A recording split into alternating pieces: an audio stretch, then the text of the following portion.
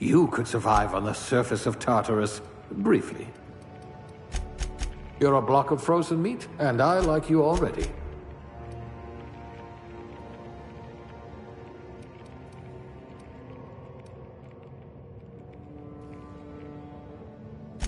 Oh, your test scores were better than mine. Almost.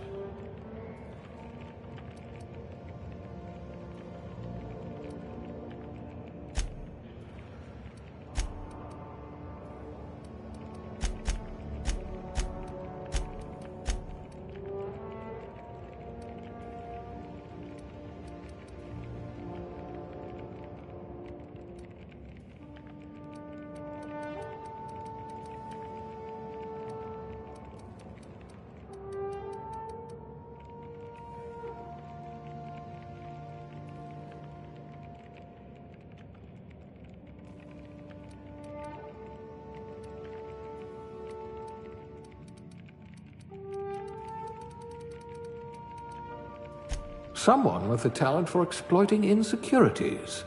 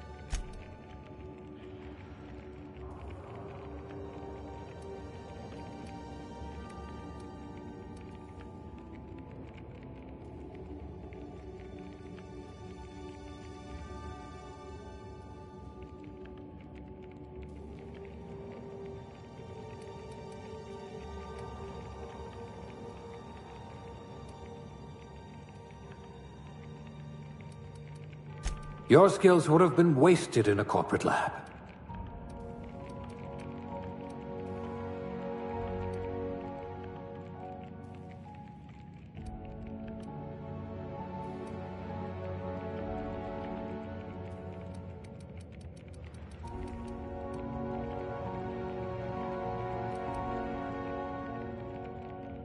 You could probably talk your way out of a landing ticket.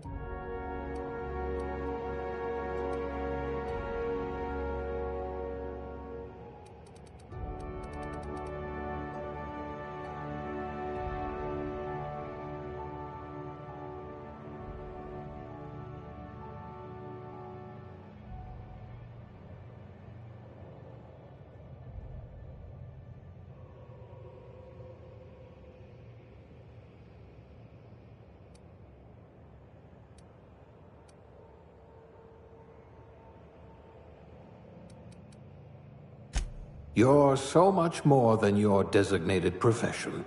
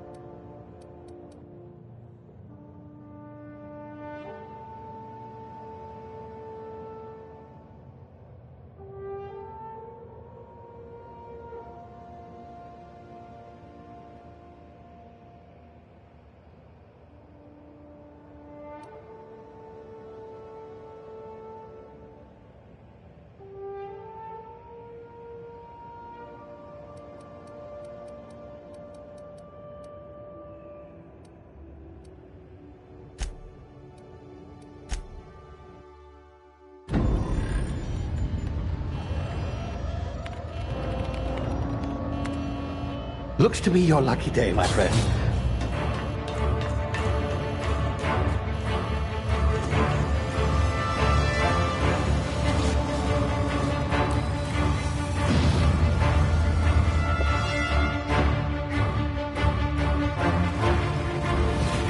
Please power down your engines and prepare to be... Not likely, bootlickers. Initiate skip jump.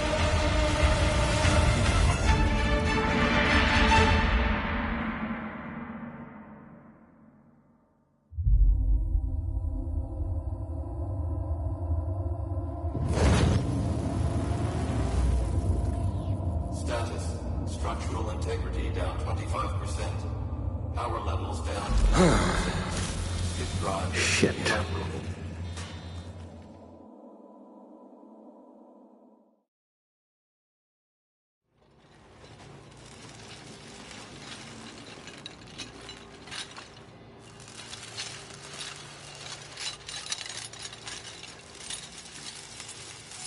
Ah, there you are. Wondering what's going on, eh? Bit of bad news there, I'm afraid. Your colony ship was inexplicably knocked out of skip space and forced to complete its journey at sublight speeds. This means that you and every other colonist on the Hope have been in suspended animation for 70 years, give or take. Normally, reviving someone after so long leads to some quite horrifying results. It's called explosive cell death, but it's really more of a liquefaction. Something wrong? Oh, yes, well, not to worry. I've pumped your body full of a special concoction I devised to keep you from dying so horrifically. Hopefully at all, but I guess we'll see, yes? Unfortunately, I used the last of my chemical supplies saving you. I know it's a lot to ask, but I must have your help securing more if we're to save the rest of your fellow colonists. I'd see it done myself, of course, but the board has a sizable bounty on my head. Now, my ship is inoperative, but I've managed to hire a smuggler to help you out. He'll be... Oh, I see we're in position. Good luck!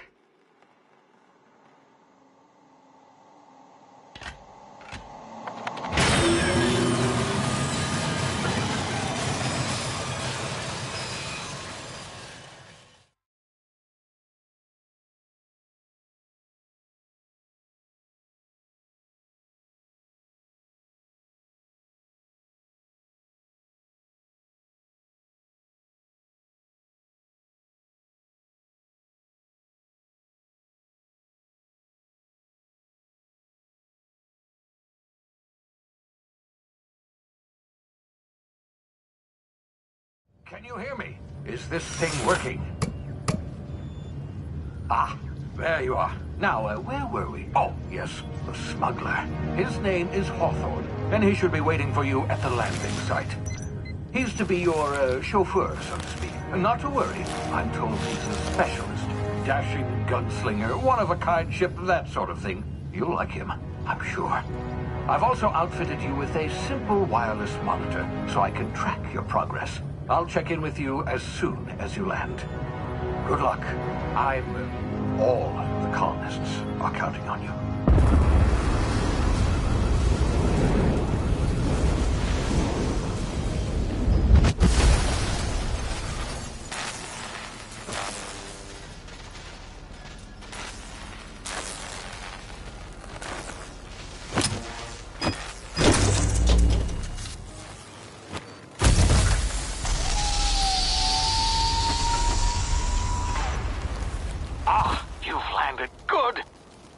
Hawthorne should be close by.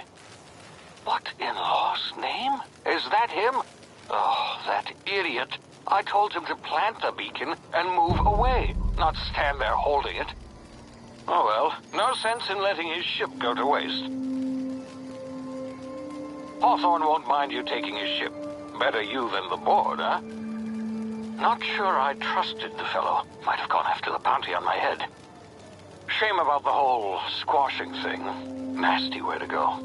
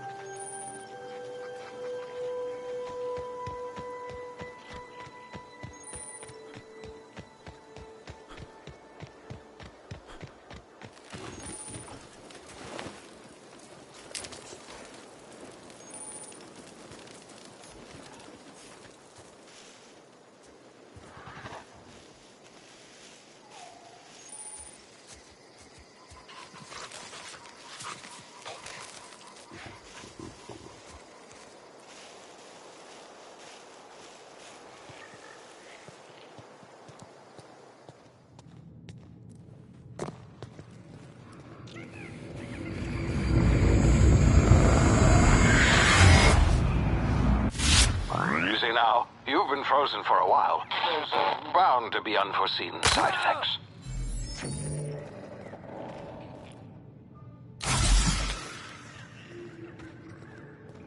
Hey, you, come here. You've tried the best now. Now try the rest. Spacer's choice. Oh, law, that stings.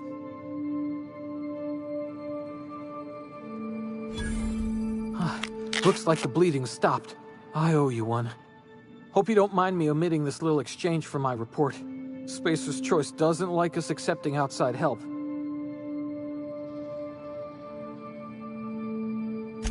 Better, thanks to you. I might have bled out on my own. Or worse, had to go begging the boss for some Adrena time. We were out on patrol. I saw a marauder camp up in the hills. Thought I could take him. Then my gun misfired. Right through my side. I mean, what are the odds of that, right? Just barely scraped by with my life. Crawled in here and blocked off the exit with those canisters. Gibbering, flesh-eating, law-breaking, unemployed lunatics with guns. Some hullhead grounded their spacecraft out in the open. That's a real good way to attract marauders. See those canisters by the entrance? Marauders come sniffing around in here, and I can take them all out with a single shot. Not bad, huh?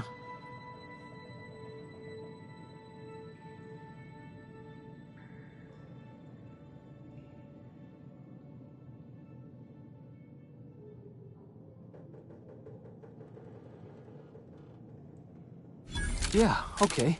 You look like you know your way around a gun. Got some spare ammo, not counting the bullet in my side. Here, you can have my saber too, for patching me up and all. All Spacer's Choice weapons are now 30% less likely to malfunction. You've tried the best, now try the rest. Spacer's Choice. Yes, nailed it that time. You hit your head or something? You're in Emerald Vale. We're a Spacer's Choice community. Edgewater's a little ways down. Prettiest place in the Vale. Be sure to stop by a provisioner's for a can of our famous salt tuna.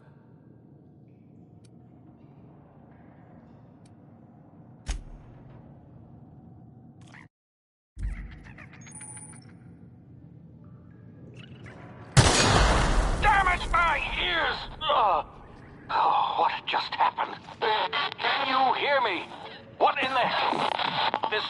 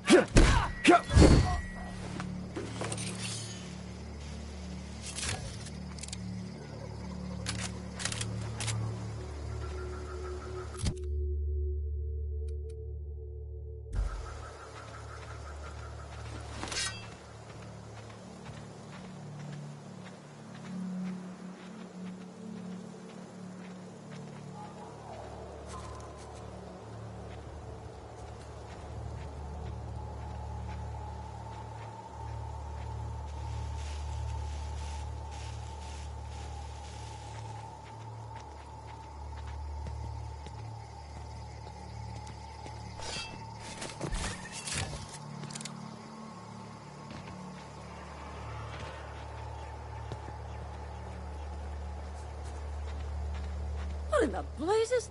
Where'd you come from? Don't know where you came from, stranger, but you best keep your head down. There's marauders hereabouts, and worse, landing violators. Call on that rung leech. Landing in the Vale without using an official Spacer's Choice landing pad. I'd slap him with a fine if it weren't for all these marauders shambling about.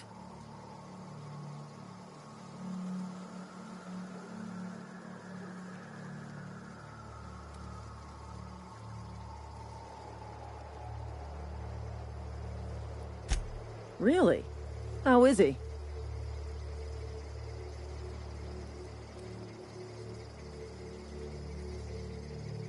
Of course I am. I'm a superior officer. Stands to reason, don't it? Just you watch. I'll cross these marauders off with a swift, cost-efficient fury that's made Spacer's Choice the most trusted brand in personal defense. I just, you know, need a couple of winks to catch my breath. Stretch my legs, son.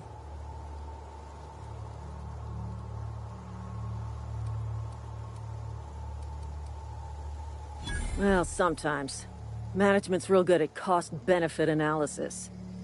But, seeing as I'm the acting manager in this situation, you know what? You're right. It's time we cross those marauders off, find whoever owns that ship, and file a full report. Then it's gonna be fucking laminated. Here we go.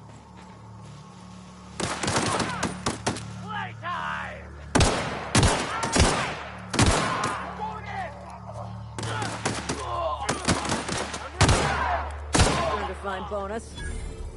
Time to collect a fine bounty.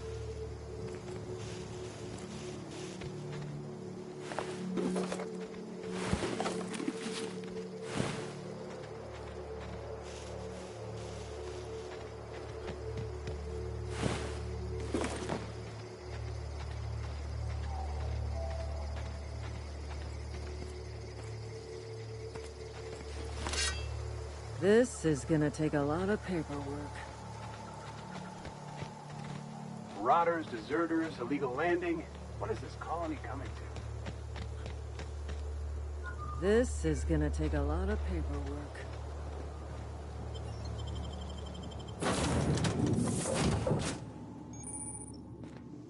Please be informed that this vessel contains no valuable plunder. Marauder, please be informed that ignoring me is dangerous for your health. Hello. Please be informed that I am authorized to use violent retribution against unwanted solicitors. Please return any misappropriated equipment and exit this vessel in an orderly fashion. Failure to do so will result in your immediate destruction.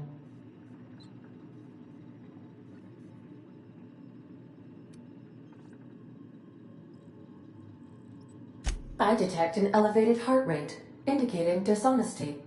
Please prepare yourself for lethal deterrence. Jettison procedures initiated. Disengaging airlocks. Preparing to eject all boarding parties in 5, 4, 3, 2, 1. You are still here.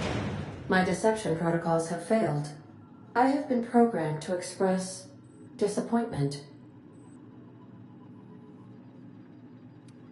This vessel is the registered property of Captain Alex Hawthorne. I am incapable of accepting orders from anyone other than Captain Alex Hawthorne.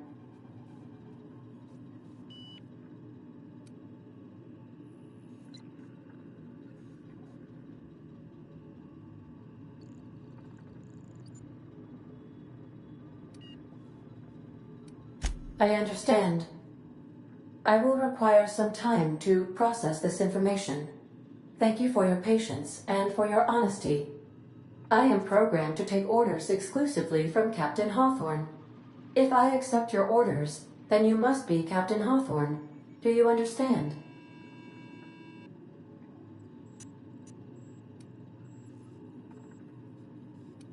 Well done, Captain Hawthorne. I see your powers of deductive reasoning remain intact. Unfortunately, our engine is currently inoperable. Our main drive suffered a critical power failure, and we were forced to make an emergency landing. The main drive's power regulator has been irreparably damaged and must be replaced. Astutely observed. However, the probability of locating a power regulator within a worker settlement falls within acceptable parameters of certainty. High-capacity power regulators are sometimes employed in the electrical networks of worker settlements. I have taken the liberty of printing you a new Captain's Identity cartridge. Please try not to lose it this time. This cartridge identifies you, Alex Hawthorne, as the registered proprietor and captain of the Unreliable. Do you understand?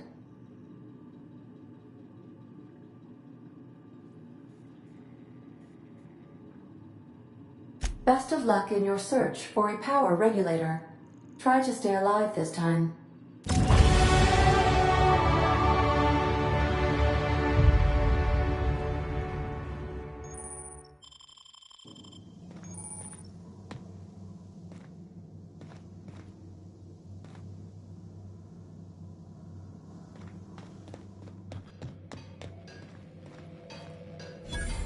These surveillance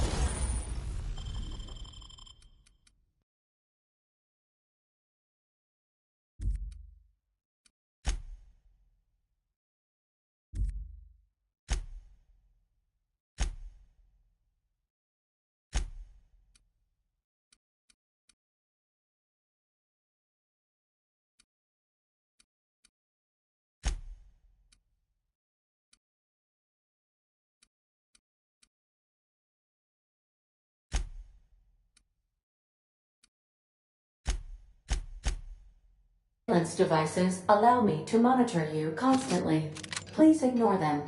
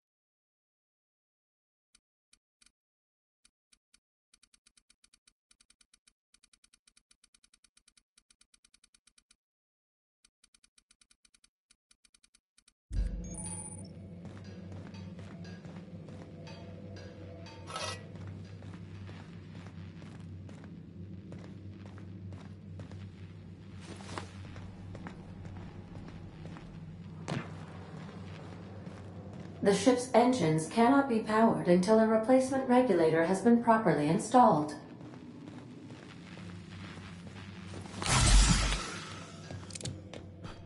Want to be a brand new you? Try out our respecification machine. Alex installed it himself, right before he died.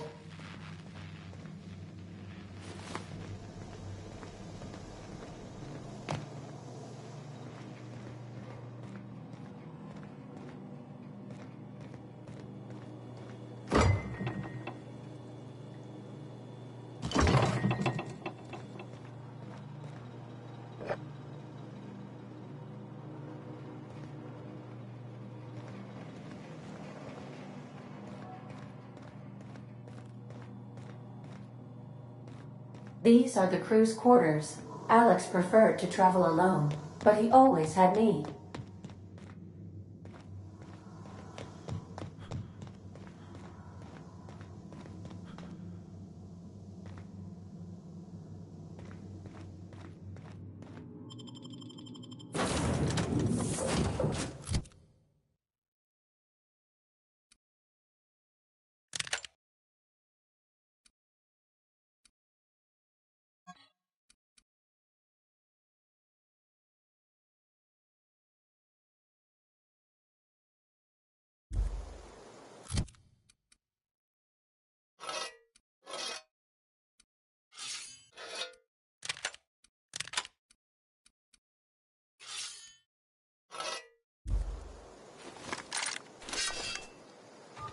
Say, this wouldn't happen to be your ship, would it? Because you sure walked in it like it was your ship. And if this ship is yours, well, mister, you owe Spacer's Choice a hefty fine. I'm afraid we gotta dock your pay.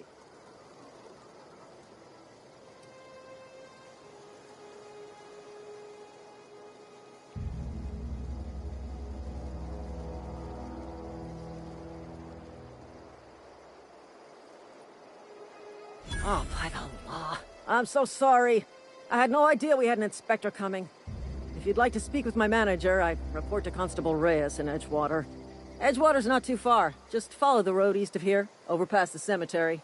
Now, if you'll excuse me, I need to inspect the crime scene before I make my report.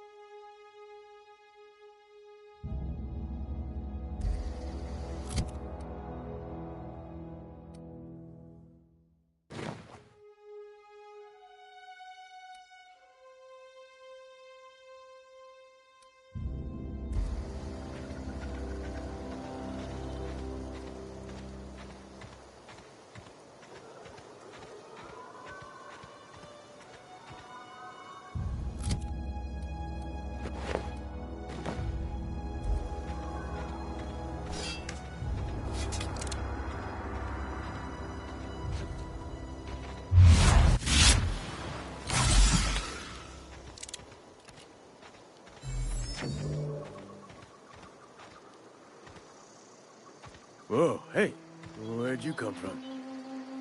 Don't go ambling out in those hills. That's Marauder territory, friend.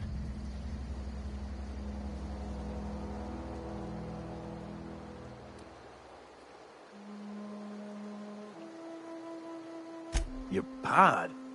What are you on about? You take a bruise to the cranium? Ain't safe out here. You'd best head into town. Avail yourself of Edgewater's high walls. And low prices.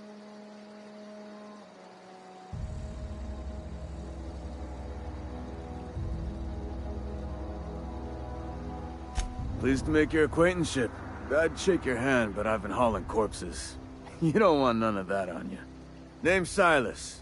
Junior in humor for the town of Edgewater. We're all part of the Spacer's Choice family.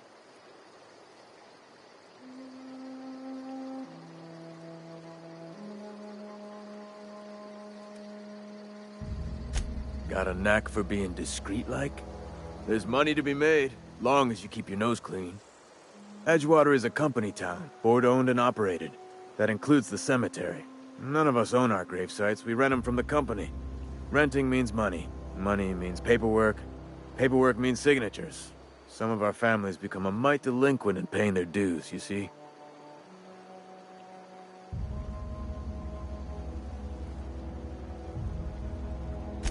Four workers still haven't paid up. Phyllis, Conrad, Ludwig, and Martin Abernathy. He's a special case. You may want to twist his arm a little.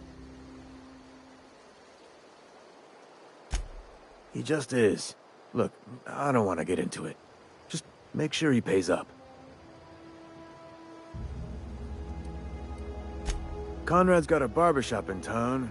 Phyllis works at the cannery most hours. Abernathy... I ain't seen him in a few days. His domicile is near the cannery. You'll find him in town. All except Ludwig, that is. He's over by the landing pad. Yeah?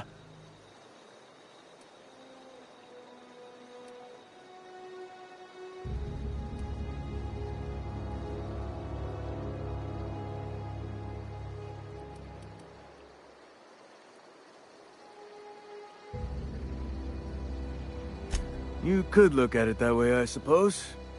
You could look at us and say, those Edgewater saps lost near every soul to plague. But you'd be wrong.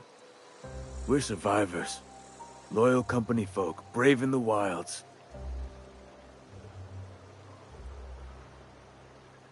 Every now and again, a virulent plague sweeps through our town. That's life on the frontier, I suppose.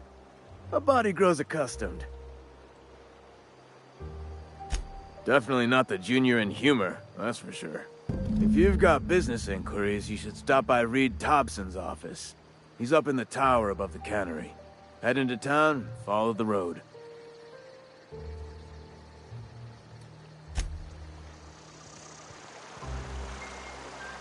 I could really go for some salt tuna. I could really go for some salt tuna.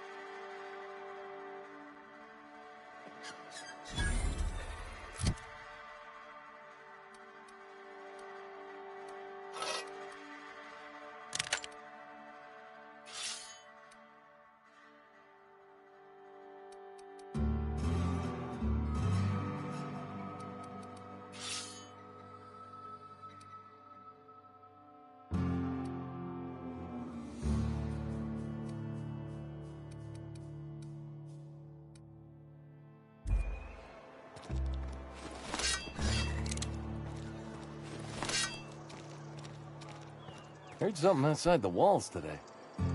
Nothing for us outside those walls.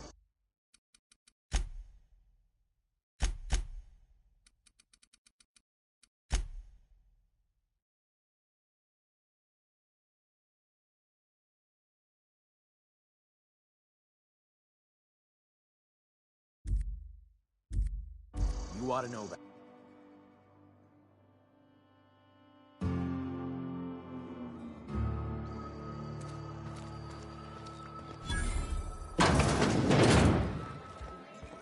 You read the latest report? I don't know you. Amelia Kim, Spacer's Choice Beverage Dispenser. I don't know what you're about, but this here's a Spacer's Choice drinking establishment. We're all loyal, hard-working company folk here.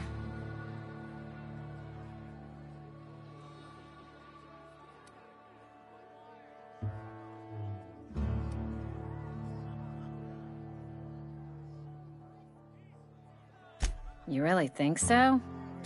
That's kind of you. I've been trying to keep the floors clean. You got no idea how long it takes to scrub the tiles. Guess I misreckoned you. Sorry about that. I didn't mean to be curt. We just got some problems lately. I can get you a drink if you'd like. Gotta ask you to enjoy your beverage within the premises, though. Can't risk you bringing a drink over to those deserters. You understand.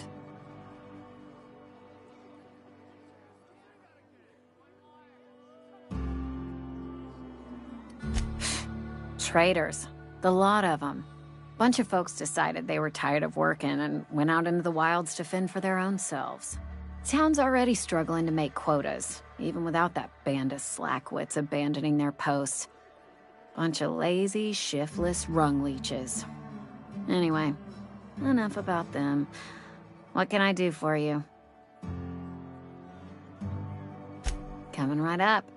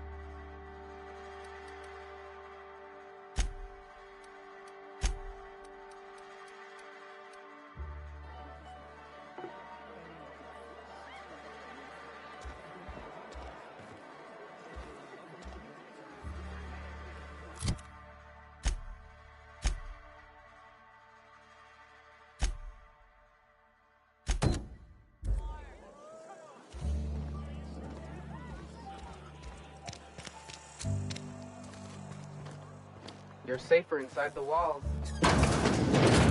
Yes, Mr. Thompson. Whoa, did Mr. Thompson send you? Well, you tell Mr. Thompson I'll be right at my post. Tomorrow. Bright and early tomorrow. Because I'm definitely not plagued. As spry as a spring chicken. That's old Abernathy.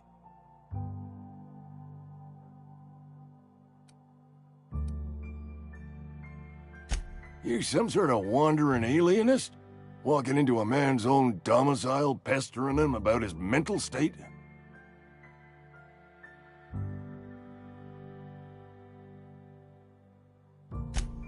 What? No. I mean, I might be. That depends on who's asking.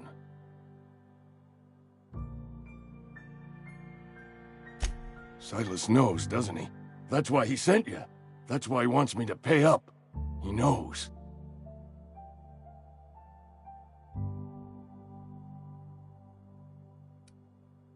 Sounds like he's already told you. You may as well hear it from me. I'm dying.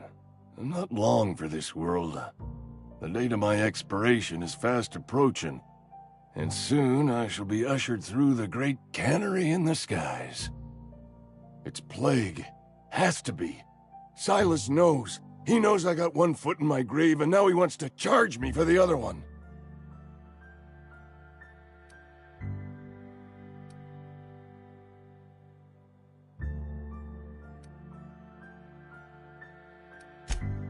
You are?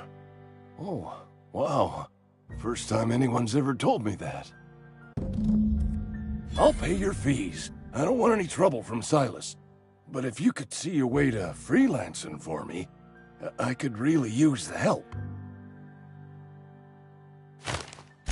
There's a cache of anthracillin tucked away in the old community center. Powerful stuff. Stronger than what we got, anyway. I need you to break in, nab that medicine, and bring it back to me.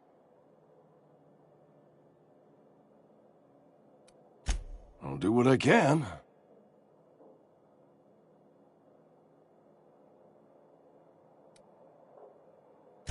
You will not find any guards within sight of that old place. Marauders, on the other hand.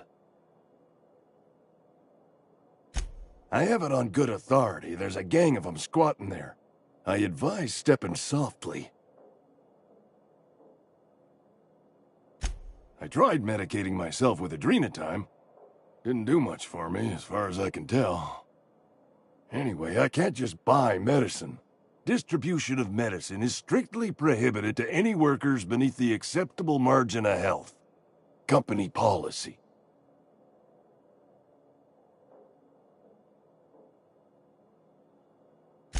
More like the company won't treat me because I'm not healthy enough. So you'll do it then? You oblige me with your haste.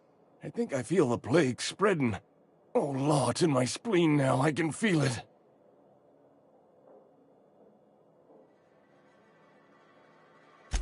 Just keep your head down when you're in there. Marauders have taken over. Probably tracking mud all over the archives.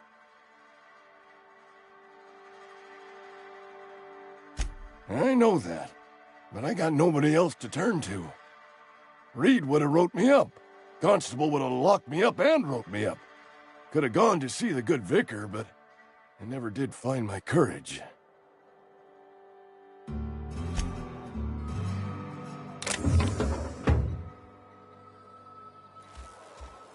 You're making a mistake working for Abernathy.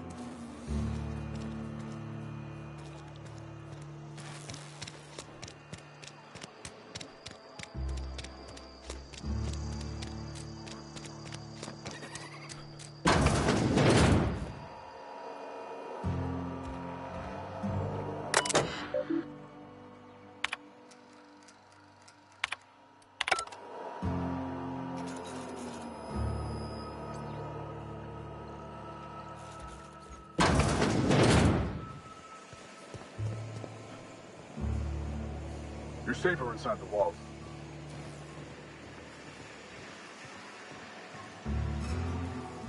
You the new worker? Whatever. Make it quick, Tenderfoot. I'm busy.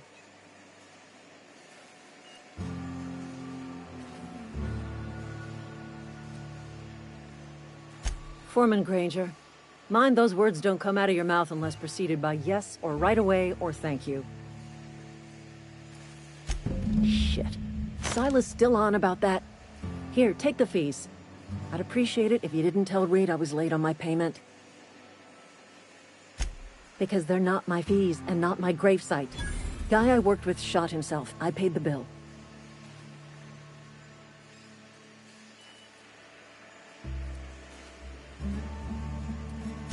I could do without the sarcasm. Wasn't acting out of the goodness of my heart.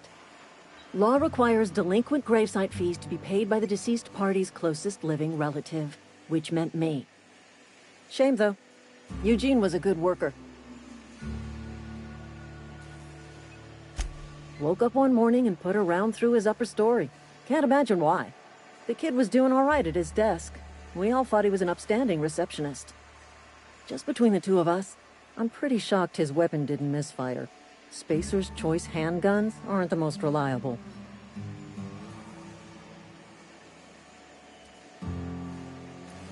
Eugene wasn't family. Yeah, I was the closest living person relative to his body at time of death. I'm the one who found him, you see, so I pay the fines. Suicide's a crime. The legal term is irreparable damage to company property. What Eugene did to himself was vandalism.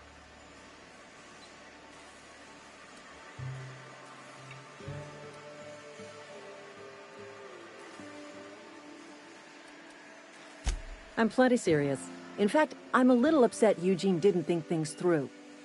In other words, Edgewater would have been penalized pretty hard.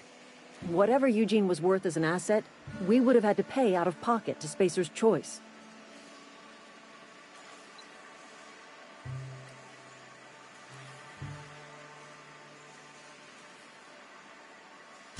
Look around. Edgewater ain't exactly swimming in luxury. We can't afford to pay the body price of a suicide.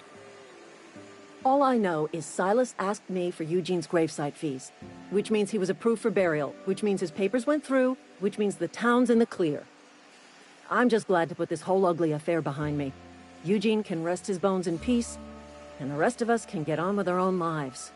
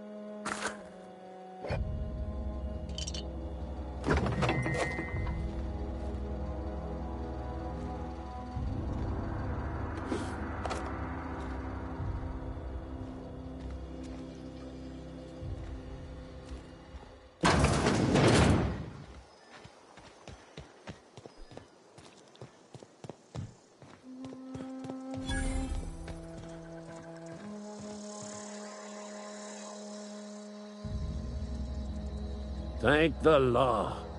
I've been requisitioning backup for months. Guess the boss finally came to his senses. You ever swung a truncheon? Let me see your rifling stance. I want to make sure you're up to snuff.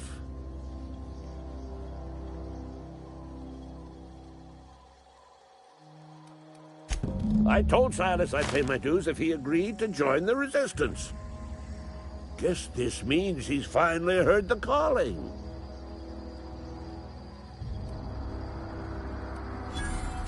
I'm talking about mechanical soldier. Cold, heartless automatons made of iron and lies.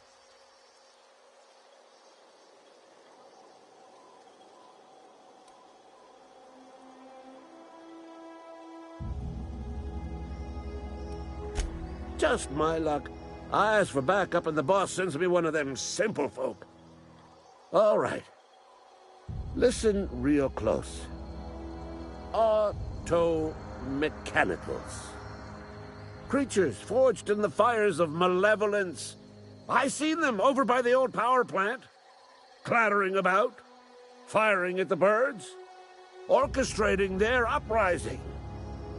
When the swarms of mechanicals come clanging on over that hill, where will you be? Cowering beneath your cot? Or standing, shoulder to shoulder with the Resistance?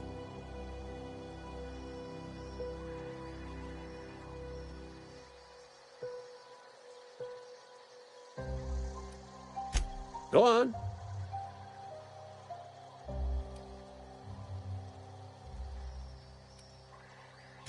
I'm Ludwig Miller, Associate Security Officer for Transportation.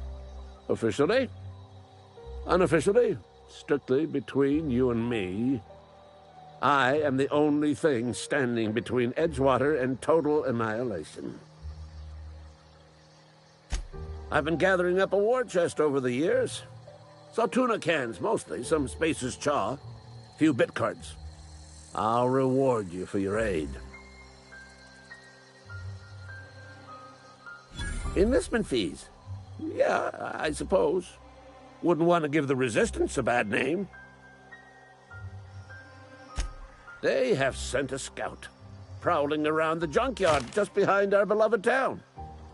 This scout must not be permitted to return to its base of operations. Cross it off, then report back.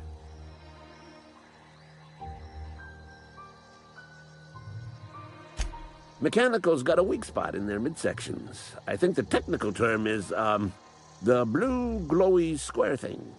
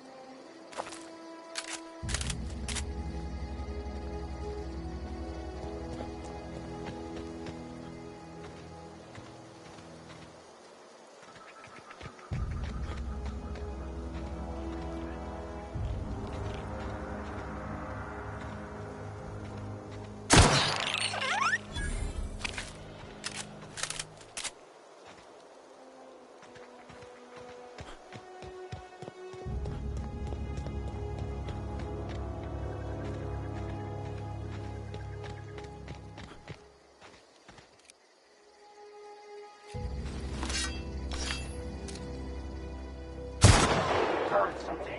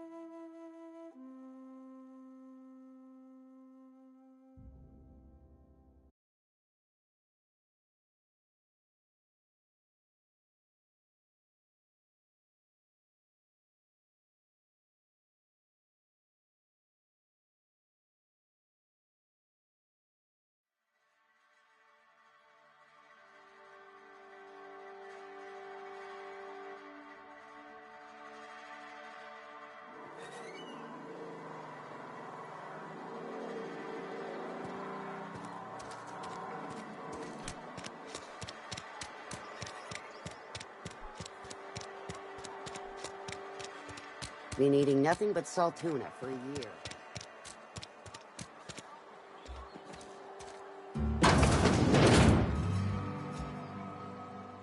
Please don't touch anything.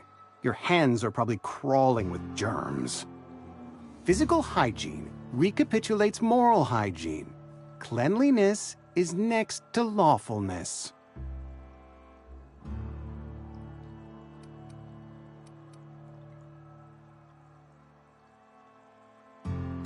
So everyone says, until someone forgets to cough into their elbow, and then we're all dying of plague. I'm Conrad. You will report to me if your hair fails to meet Spacer's Choice aesthetic standards. You will also report to me in the event of your death, whereupon I will clean and prepare your remains for interment.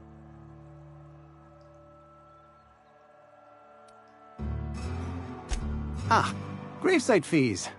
Silas and I had talked about this at length.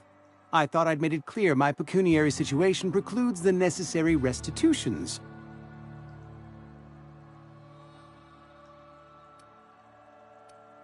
As broke as pie crust, friend.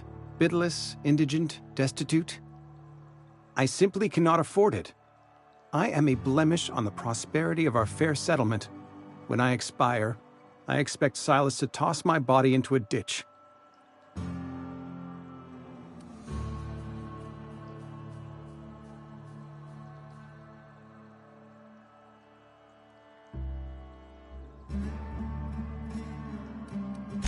I have to be, if only to prepare myself for my inevitable dressing down at the hands of corporate.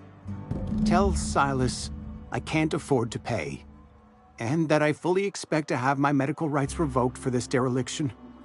With my apologies.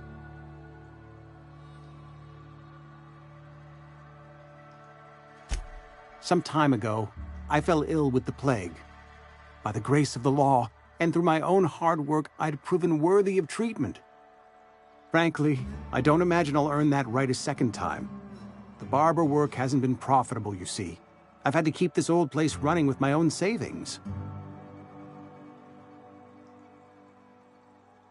Not a bad idea. But I'd need some kind of collateral. My pair of lucky clippers! No, that won't do. Your idea intrigues me, but I'm afraid I don't have anything to give Silas.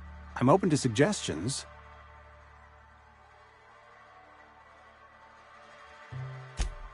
Much obliged.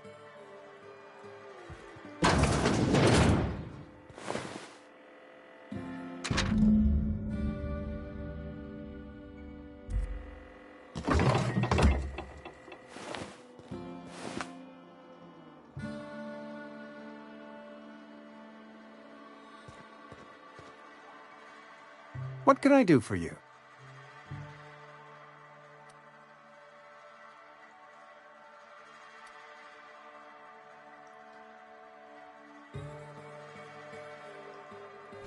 Oh? Am I in the company of a fellow doctor?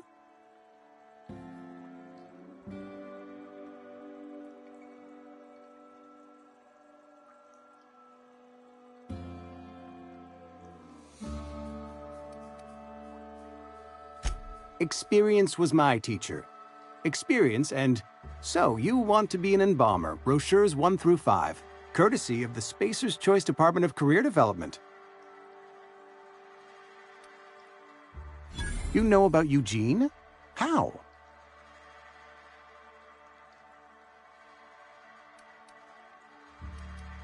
Then, you know Phyllis suggested selling off Eugene's gold teeth. I didn't approve of the idea then, and I don't approve of it now. Eugene's golden teeth were a family heirloom, representing 3 generations of poor dental hygiene. He took them to his grave.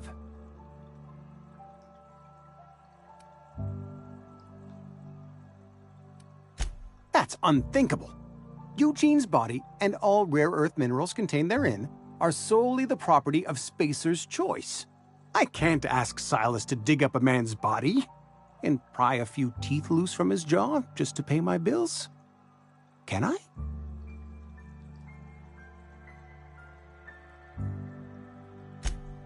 Yes, I suppose I must. Here you are. Gravesite papers affixed with my signature and an IOU. Eugene was not a suicide. He put a bullet in his brain, yes, but that's largely a technicality. I was the one who prepared Eugene's body for interment. I discovered symptoms of the plague on his corpse, and I discovered medicine in his pocket. Lots of medicine. Eugene overdosed on adrenatime, which is known to cause psychosis and paranoia as possible side effects. The paranoia drove him to take his own life.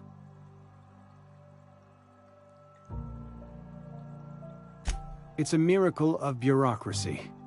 If Eugene's death were filed as a suicide, we'd all pay the price for his crime. We can all thank our lucky stars that young Eugene was hopped up on medication and suffered its predictable side effect. I included it all in my official report. I'd like to think I saved Edgewater a great deal of money. We never could have paid the fines associated with a suicide.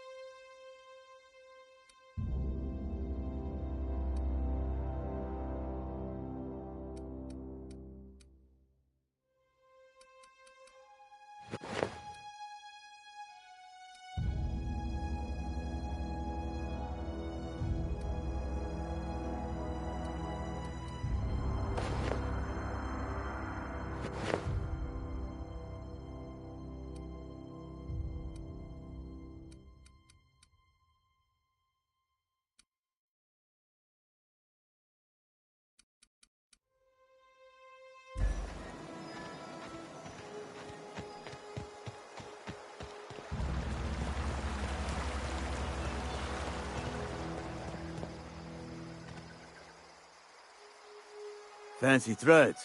That some kind of hibernation suit?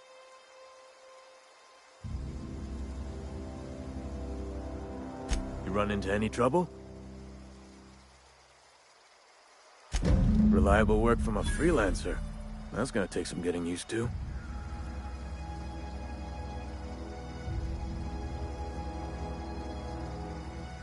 And I'll buy you a drink sometime.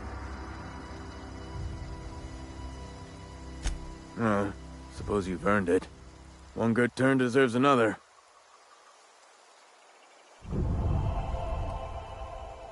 Yeah?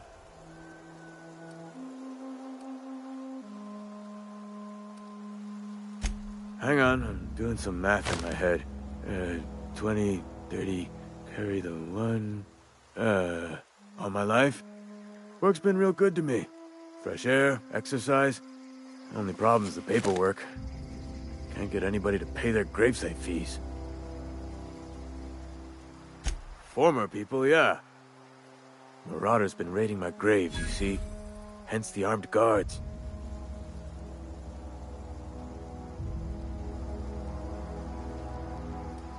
Well, if you're gonna go headhunting, talk to Constable Reyes back in town. She pays for marauders by the finger.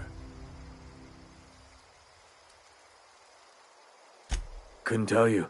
No, I mean, I'm contractually prohibited from saying anything that might reflect poorly on Spacer's choice.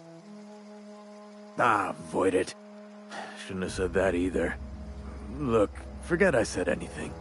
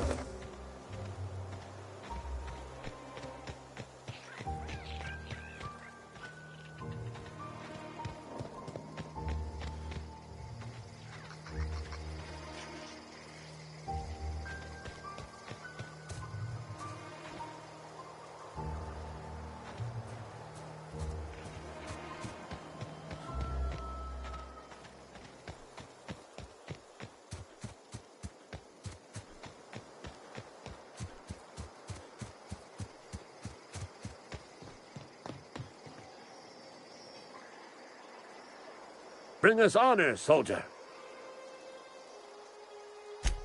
You beat that scout to scrap with its own legs? Pulled its optic cables out its head case? Actually, don't tell me. Rather use my imagination. You're a passing fair soldier, I will confess. But you are one, and the enemy is legion. What you need is an equalizer, a weapon to strike fear in their cold, mechanical hearts.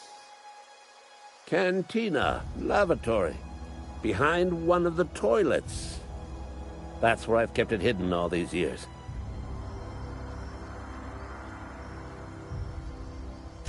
Sharp, ain't it? The lavatory is the very last place a mechanical has need to enter. On the double, soldier. Don't want the bartender poking around in there with a mop.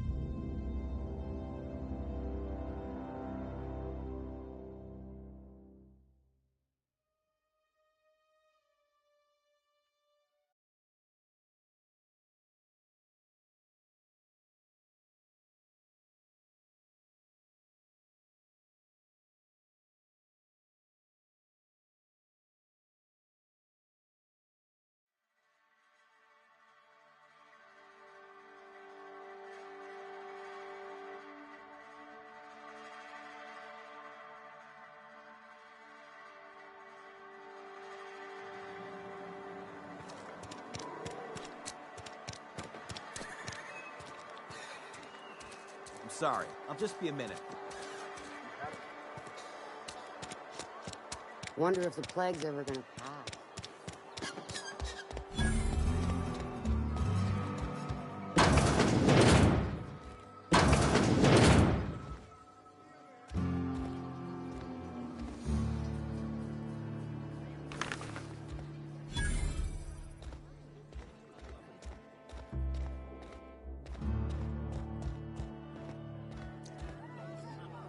Oh, I almost forgot.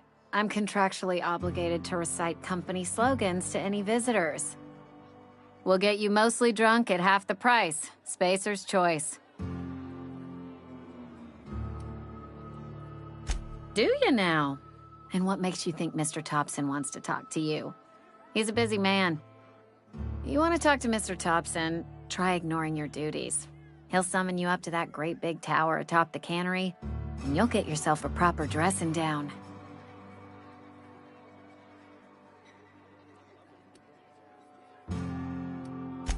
It is a good thing. If you're not pulling your weight, you don't deserve to live here. Simple as that.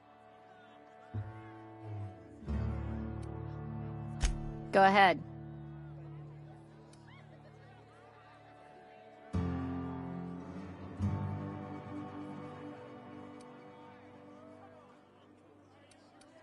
I don't see how that's any of your business.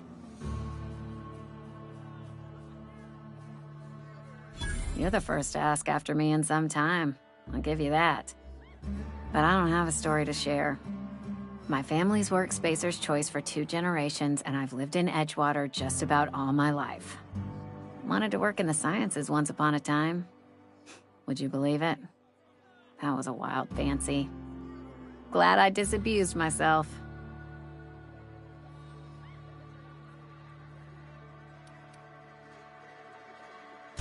What happened, you ask? What always happens when you're dreaming. I woke up. I just didn't have the brains for it. Asked too many questions. Wasn't suited to the work. So I did the right thing and worked the life I was always meant to live. Now that I'm behind a bar, I can ask all the questions I want. Important ones. Like, when are you gonna pay your tab? And would you like another round of cold, refreshing Zero G?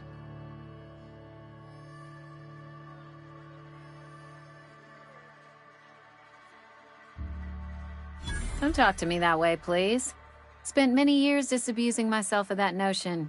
Don't need you putting it back in my head. Lab work ain't for me. Never was. Never will be.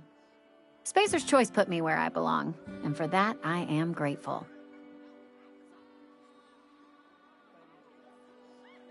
They did. They gave me a life. Gave me a purpose. This is where I belong.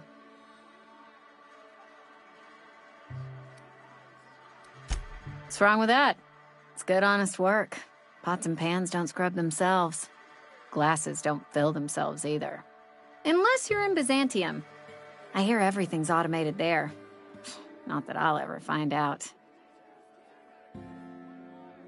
Not so fast. I told you about my life. Your turn to tell me about yours. So, what's your story?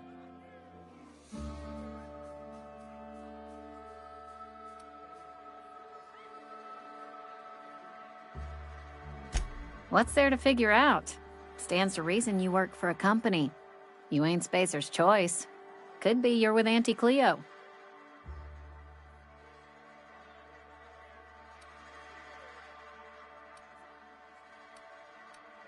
Don't see what a Cleo worker's doing in Spacer country. Trying to eyeball the competition, are we? Well, good luck trying to figure yourself out. Sounds like you'll need it. Ugh, is this the start of a joke? If you want me to laugh at your jokes, it's a 3-drink minimum.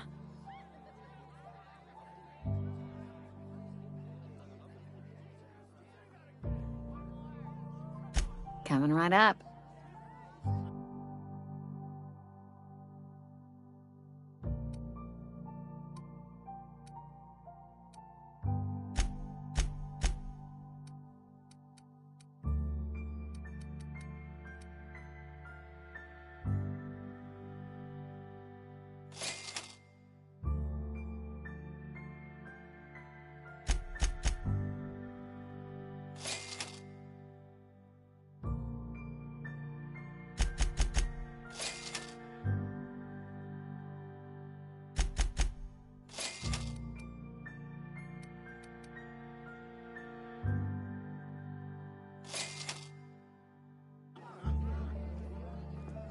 Plague got you feeling woozy? Get yourself boozy with Spacer's Choice. Go ahead.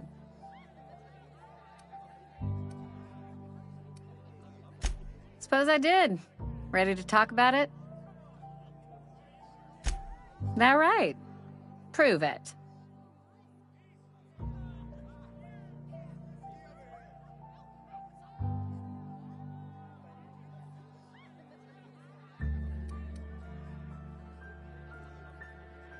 Oof.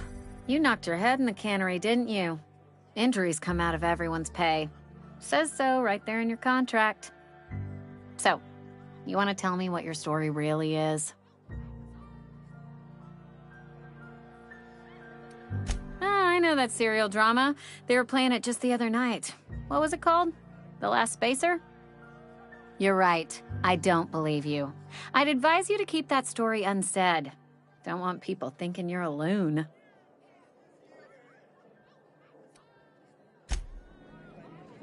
You tried the best, now try the rest. Spacer's Choice. Go ahead. The Hope? No, I've never mixed a drink by that name. I could get you a rum and something if you like. Wait, no, never mind. We're all out of something.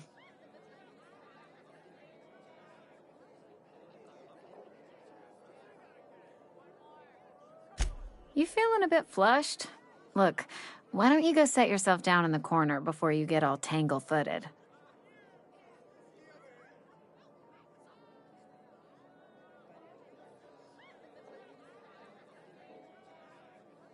Then pretend you're drunk. Sober folk don't talk the way you are. Not unless they're looking for a trip to Tartarus. The Hope's folklore, all right? 60, 70-year-old folklore by now. The board don't approve of spreading seditious rumors and falsehoods. You're inviting trouble talking that way, and I don't want a part of it. Look, either shut your gob or stick a drink in it. We're done talking about this.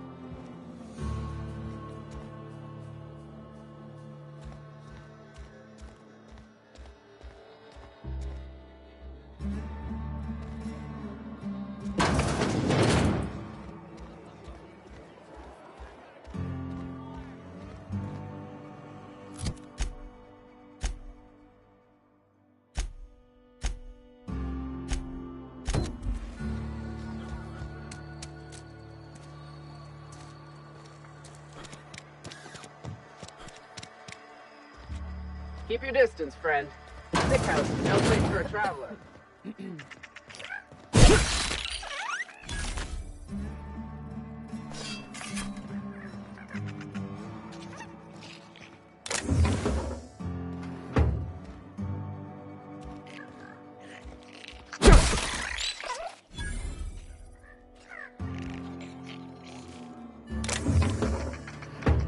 What? Huh? Put him down! And stay down, miscreant! I need cover!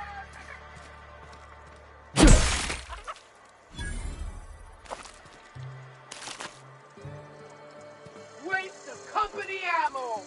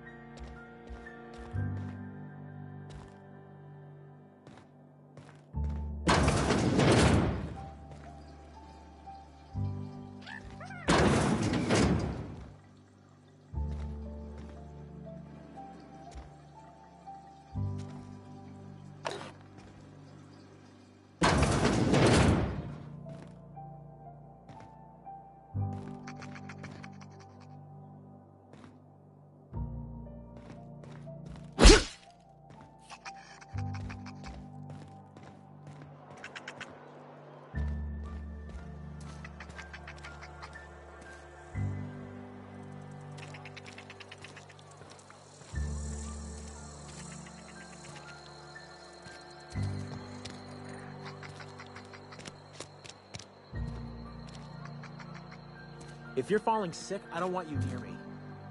Don't worry. I wouldn't do that.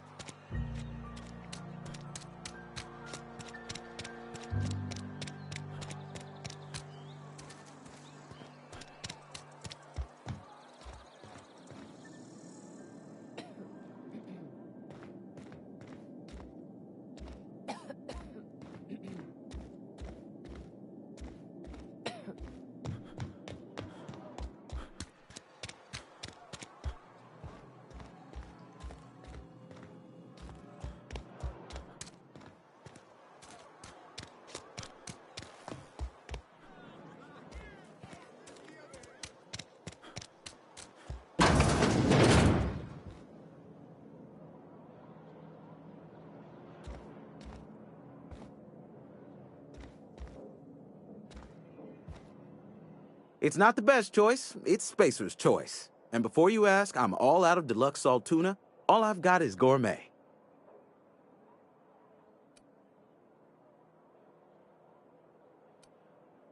Go right ahead.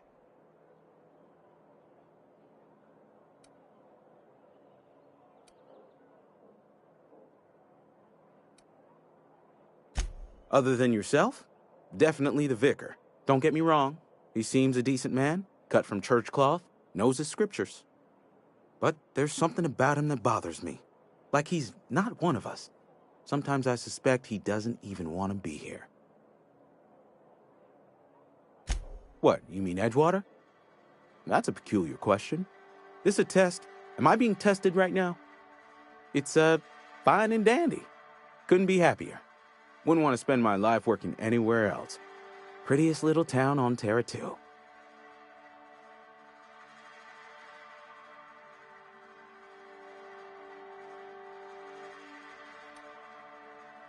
I have every reason to be.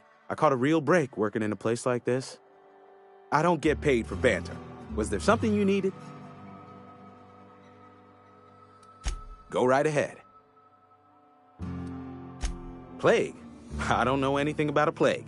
We are the very picture of hot-blooded physical vigor.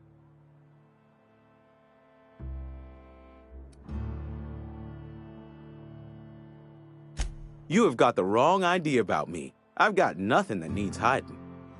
Some of us who get sick are liable to exaggerate the conditions of that sickness, but the fact is, if you work hard, you have got no cause to worry.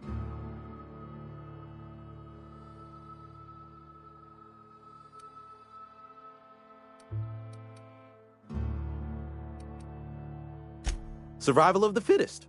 It ain't just the law of nature, it's company policy. Medical treatment is commensurate with our value to society. Spacer's Choice will dispense medicine for the indispensable worker. Natural selection at work.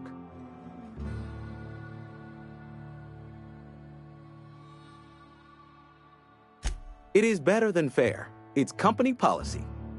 Listen, you mind if we talk about something else? Rambling about company policy gets me feeling all lightheaded.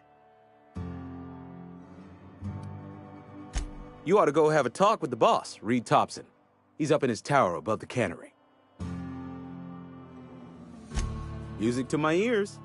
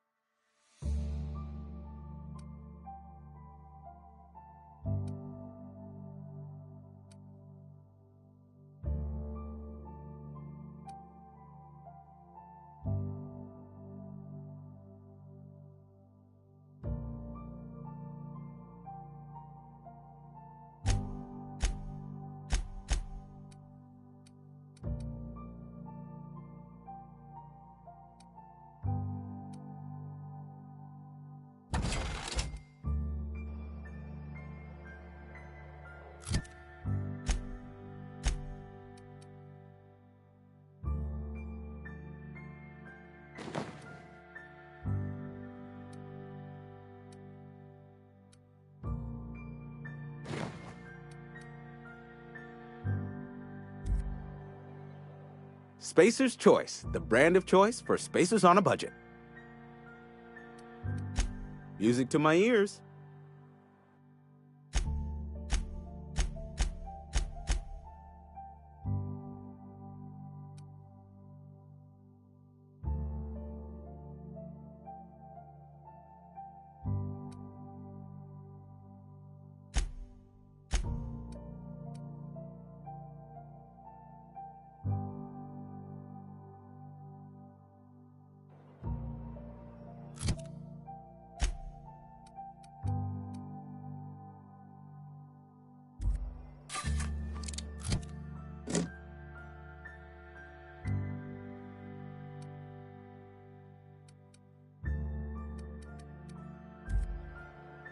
It's not the best choice, it's Spacer's Choice.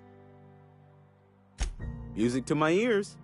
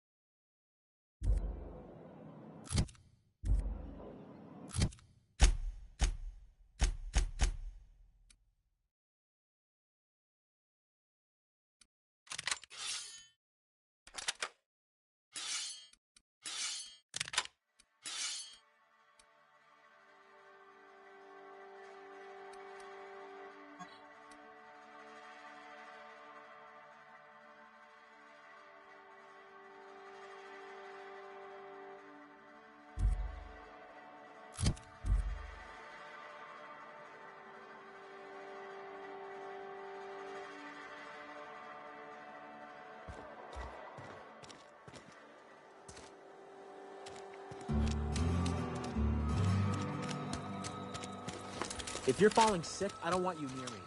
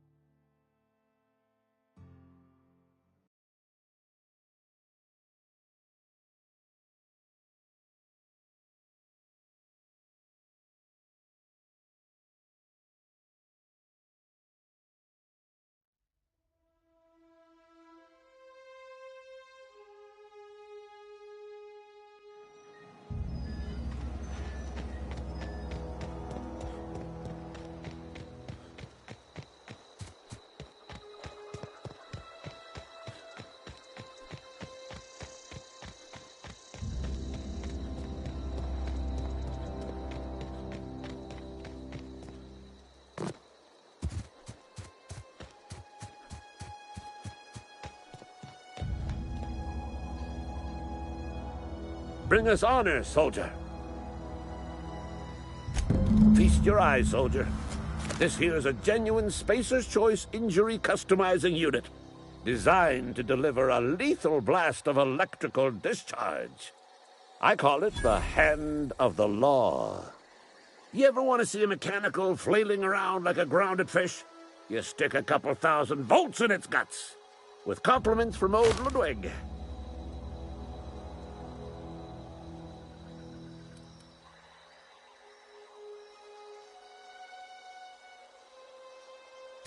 There's a workbench right through this door. Attach that unit to your favorite weapon and go forth into glorious battle. Time's come for you to journey down into the black heart of the enemy's camp. I'm talking about the old geothermal plant. Unfortunately, the old plant lies outside my board-given jurisdiction. You'll need to get a passcode from the boss, Reed Thompson.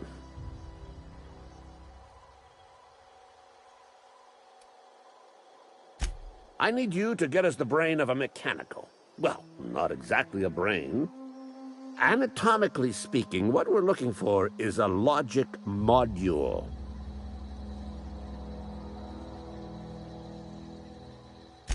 If you die horribly, I will pour out a can of zero-G to your memory.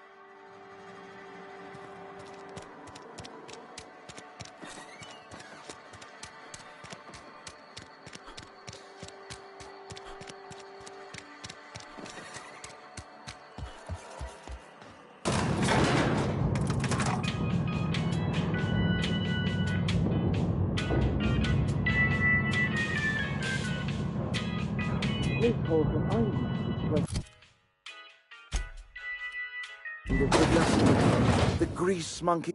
Seems we've got a guest. Really now, Parvati, I do wish you'd spoken up. I do apologize. I was given no forewarning of your arrival, or I might have welcomed you at the gates myself.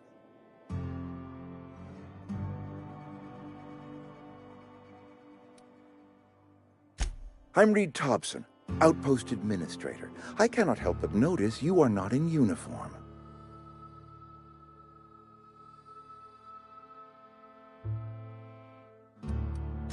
Of course not. I don't have that kind of luck.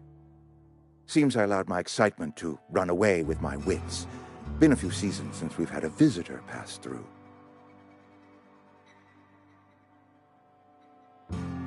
Only regulator we got is hooked up to the town transformer.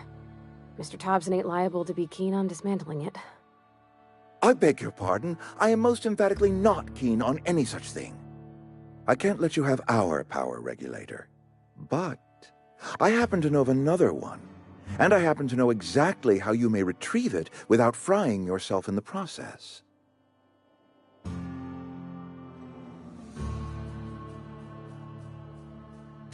There's a power regulator in the old botanical lab.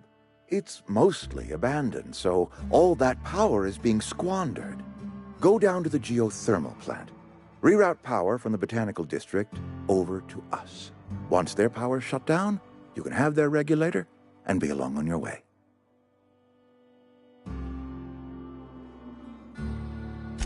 I was not entirely sure how to tell you this. The botanical labs are not legally inhabited, but there are people who live there.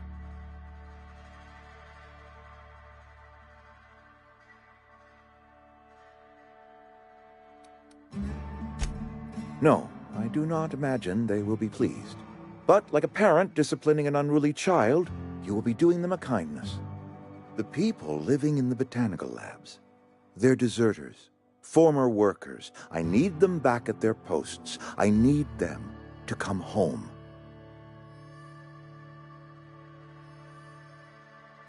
My hope is that by cutting off their power, you will convince those deserters to come back to town. Before you go to the plant, I want you to stop by the botanical lab. Speak to their leader, Adelaide. Tell her the power's about to go, and that it's time her band of deserters came back to town.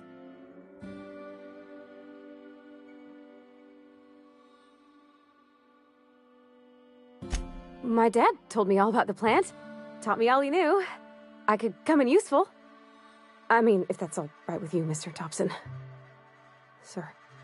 I hesitate to part ways with Miss Holcomb, but I cannot deny that she is talented and may prove useful to you. You will need an administrative passcode in order to enter the plant. I am trusting you with mine, and trusting Miss Holcomb to guide you if you'd like. Great! I got my wrenches and diagnosticators and hairpins and engine tape, so I'm all set. Well, I am glad to hear that. Best of luck to you, and thank you again for your help. It is a lot to ask of a stranger, I know.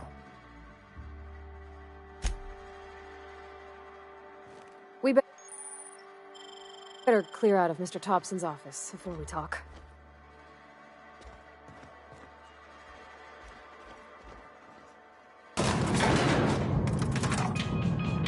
We better clear out of Mr. Tobson's office before we talk.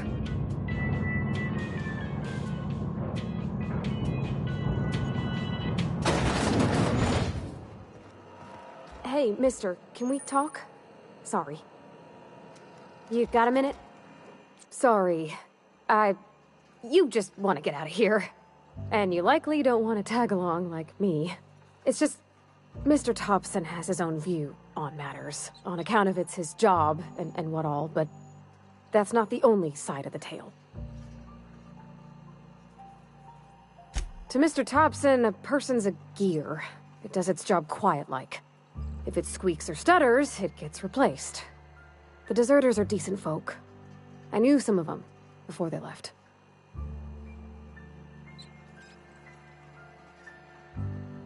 Life's hard here. Especially for them that don't fit in so well. We're one big Spacer's Choice family, but every family's got the one the rest whisper about. Mr. Tobson's aiming to take away their power. They'll have no lights to see, nor heat to cook. They'll be at the mercy of marauders, or worse. I think you should talk to the town's vicar about it.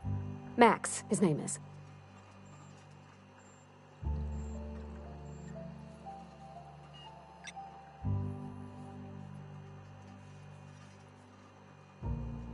Thanks, mister.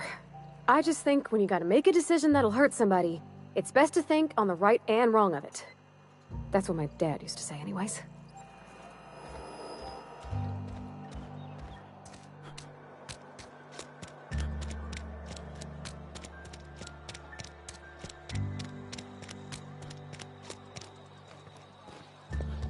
I've always felt weird in here.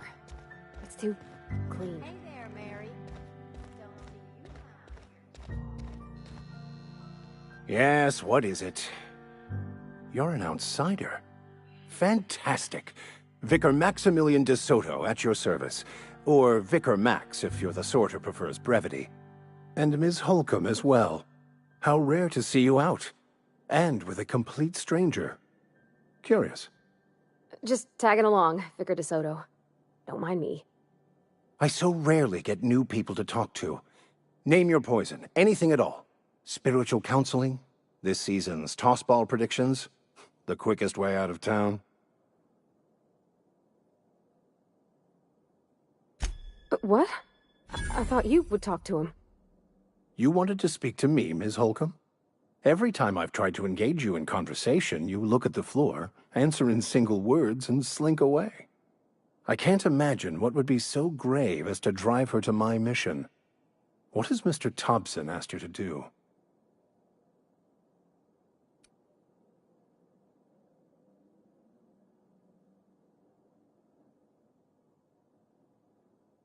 Depriving them of safety from the marauders and wildlife. I can see why that troubles you. Miss Holcomb has a soft heart. Always has, if you believe the talk.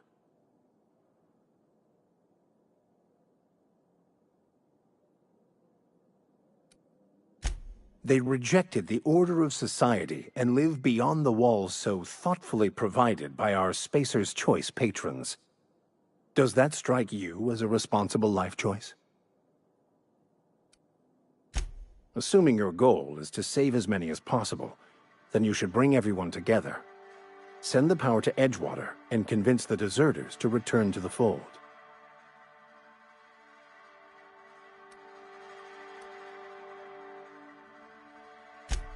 If you don't mind a bit of unsolicited advice, be cautious on your way to the geothermal plant. It is not as safe as you might assume.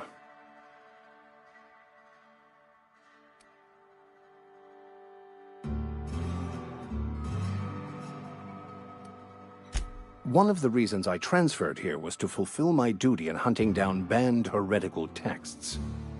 I happen to know such a book is, as we speak, tainting a collector's library in Emerald Vale. However, the collector's residence lies outside the town's walls.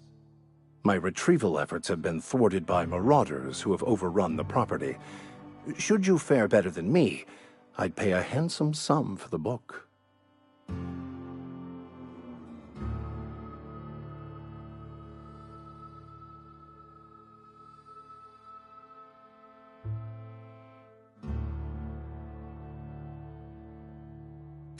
It's a handwritten journal, a faded blue cover with the name M. Bakonu handwritten in the lower corner.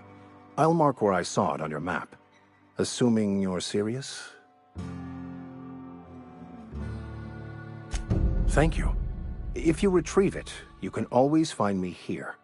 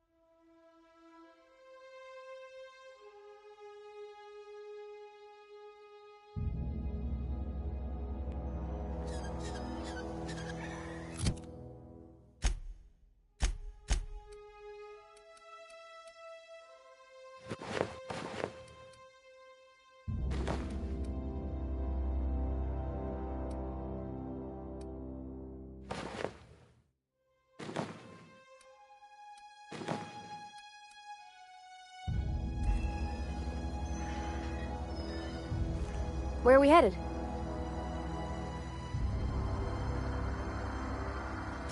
That's on account of how I never met her. It's hard to miss what you never knew. I don't ponder it over much. She was in another division of the Spacer's Choice family. She worked in the Vale a few months, sorting the cannery computers. Her contract said any kids she had, expected or not, belonged to her office from the time of conception. So when I was born, I got sent here. Well, I don't know about normal. Dad said she worked under some kind of special contract. It's sensible. Dad just fixed machines. She did some kind of crazy math, high-level stuff. Better to raise me on his time than hers. You mean about the mission being too clean?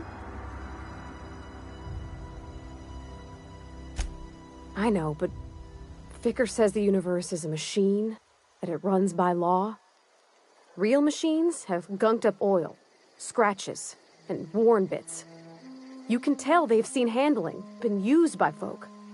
The machine Vicar sees is one ain't never been run. It's not for people to live in. It's something on a museum shelf, under glass.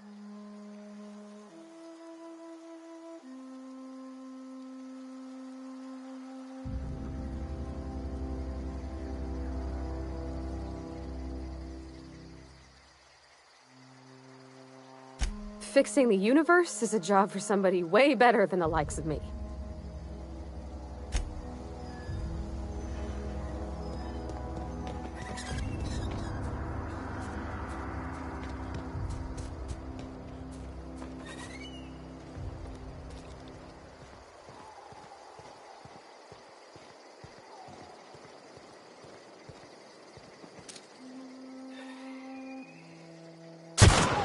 Here we go!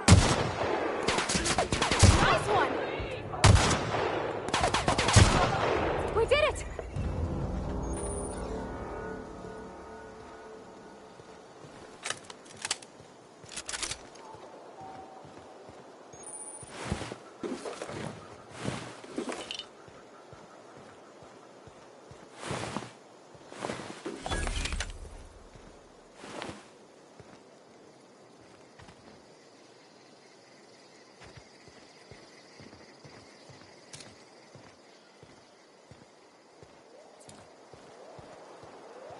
Huh?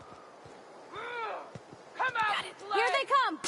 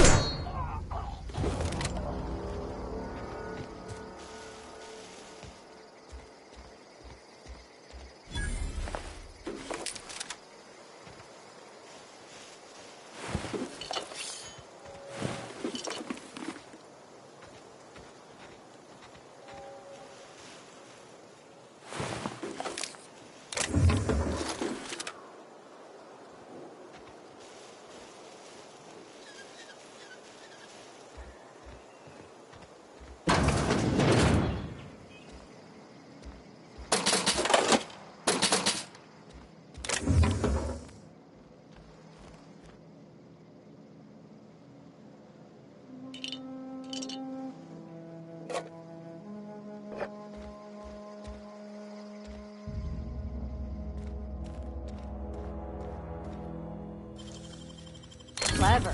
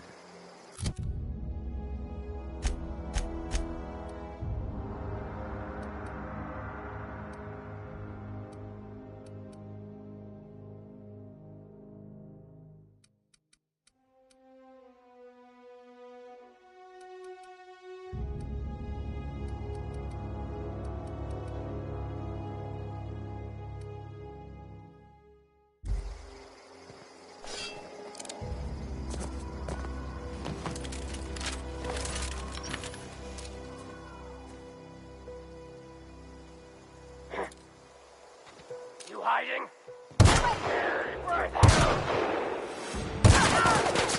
Nice one!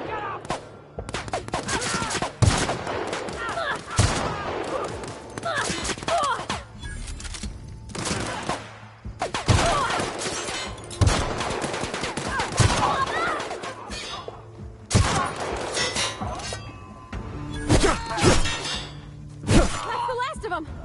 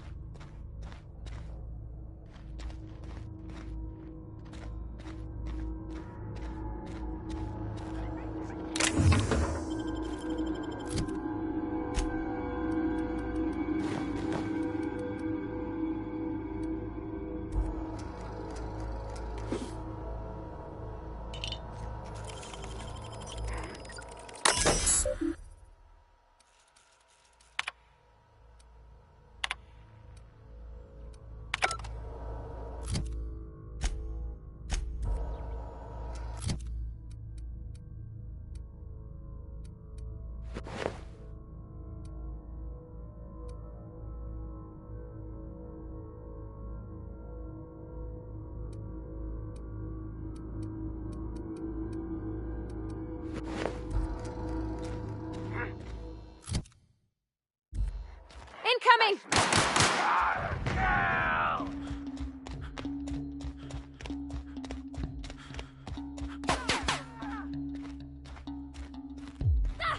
Everyone all right?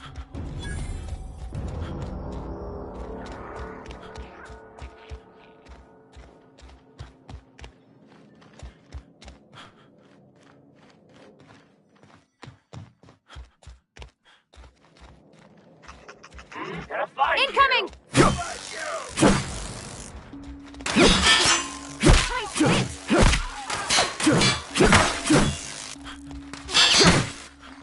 Not even a scratch.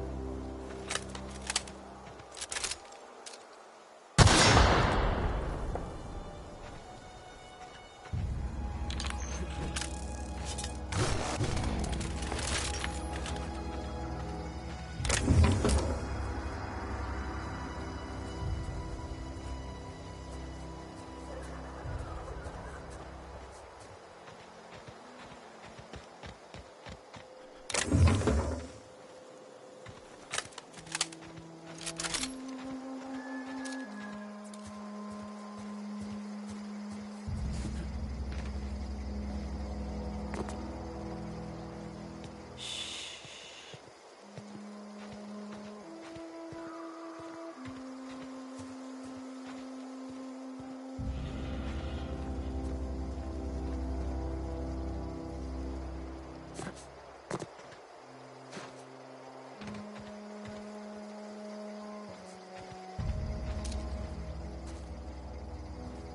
we go!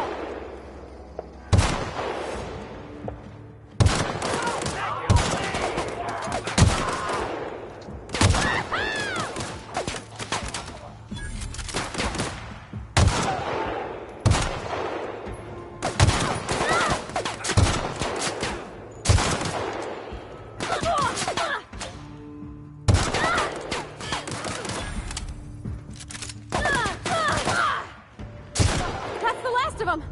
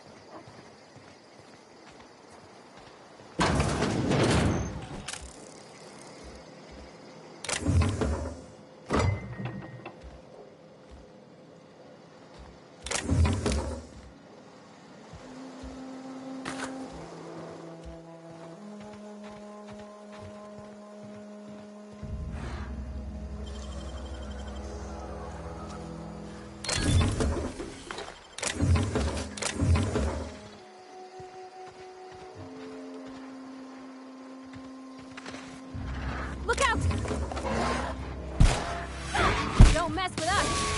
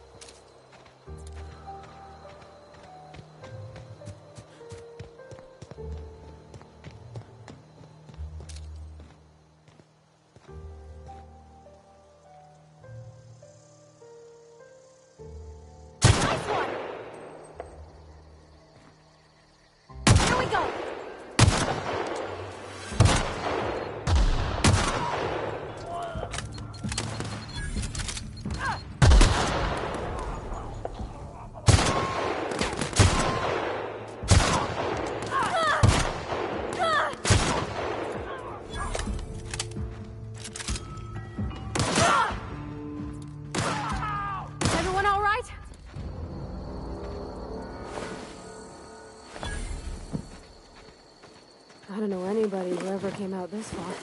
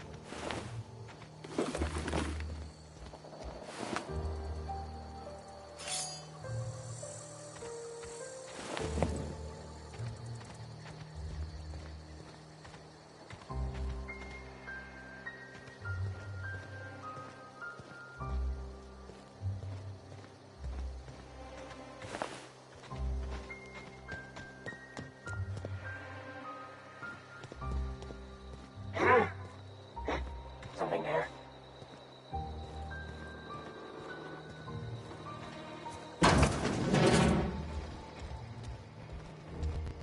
Watch out!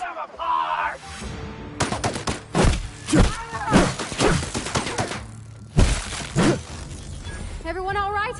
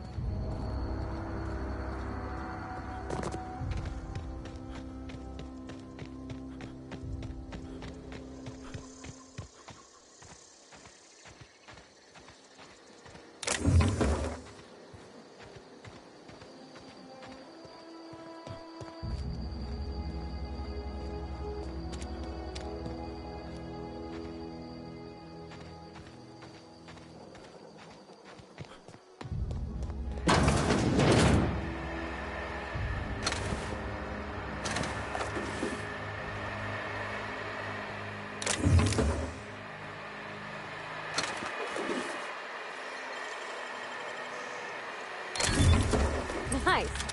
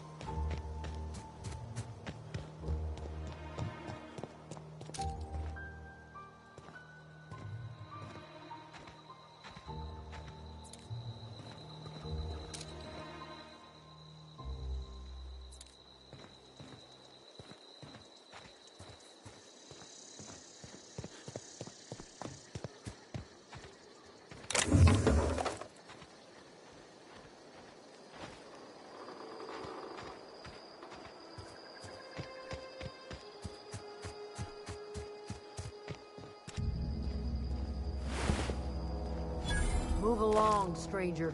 We don't want any trouble.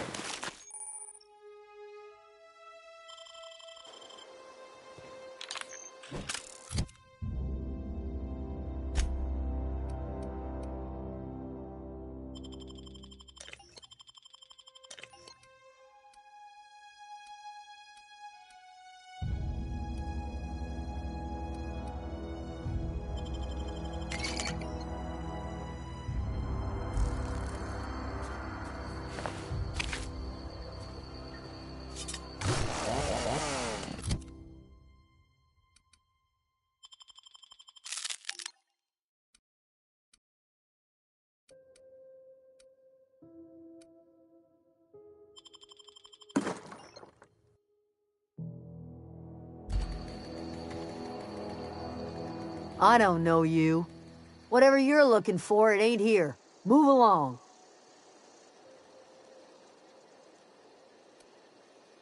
Answers, huh? You must be one of those philosophicals. Already got ourselves one of those.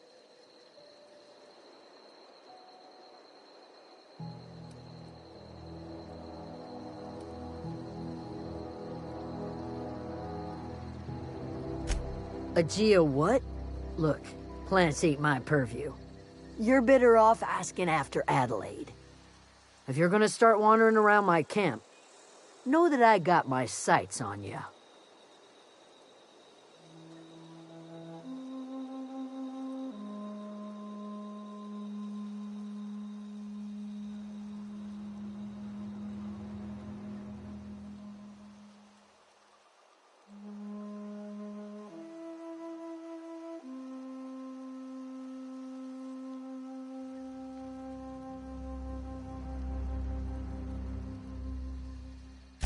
Over in the hothouse, tending crop. Enough with the questions. No offense, but I've got a lot on my mind.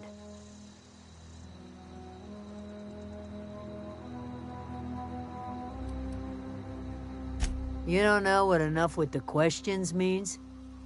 No, I'm sorry. That was unworthy of me. Lady named Zoe went missing some nights ago. Just up and vanished without a trace. Now I'm pacing around wondering if marauders got to her.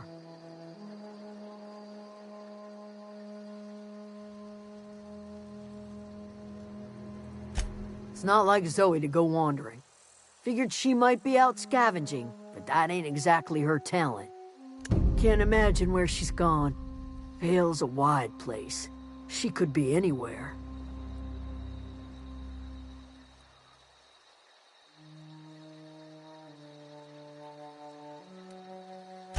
Appreciate it. Honest. I'll tell you what I can.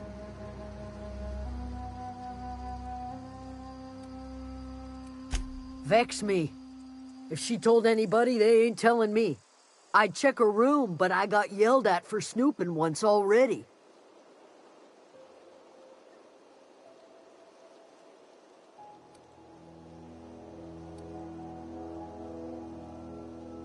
Well, enough to know we never got on. Zoe and Stefan were close. If anybody knows the workings of her mind, he does.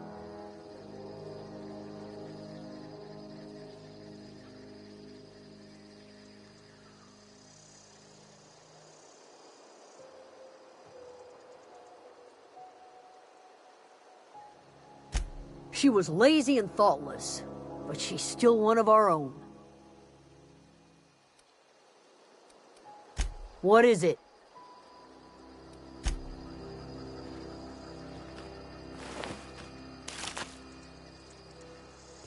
Something you need?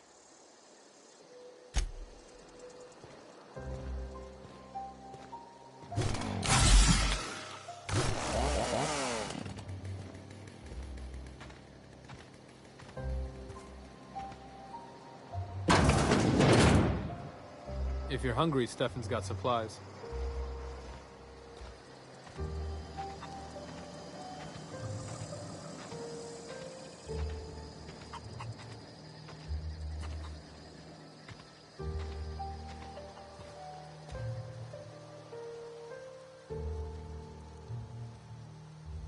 You hungry? We got canid ribs, canid flank, canid snout too. Something I can help you with?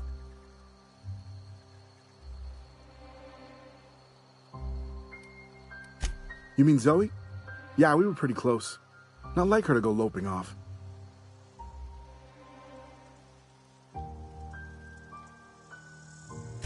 Zoe and I were gonna watch the serials, as is our custom. She never turned up. I looked around, but she was nowhere to be found. You sound like some type of corporate fixer asking all these questions.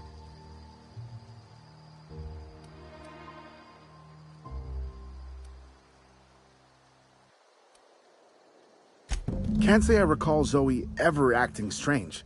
Well, except for her habit of writing things down on scraps of paper.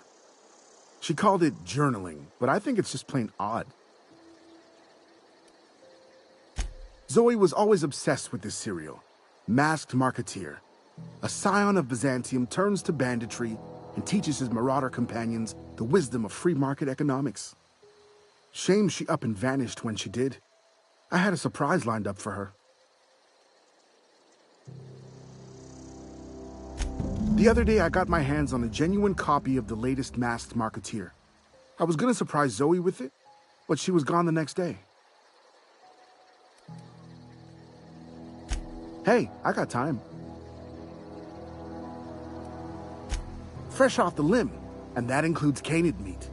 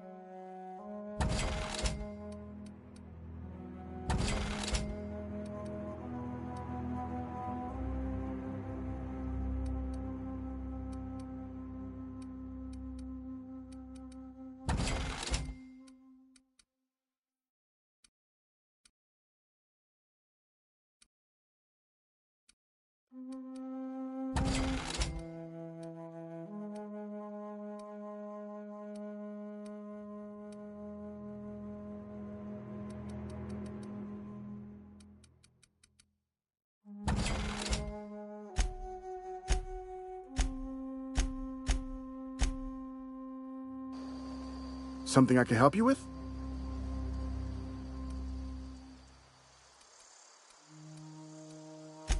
Fresh off the limb, and that includes canid meat.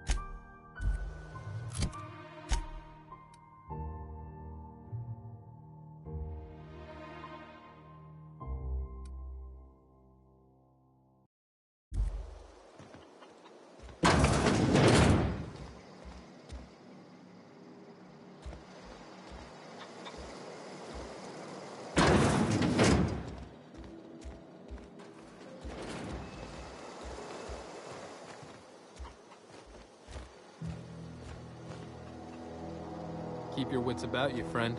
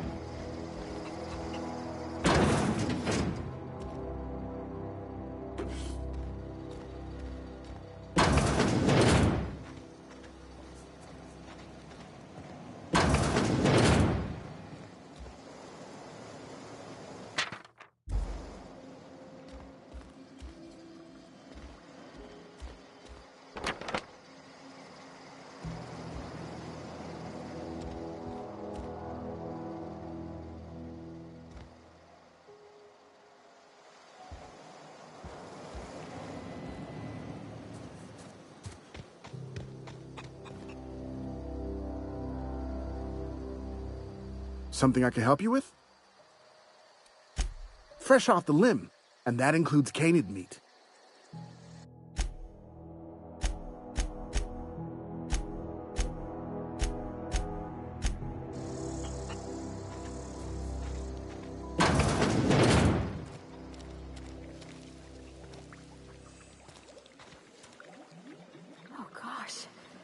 so pretty.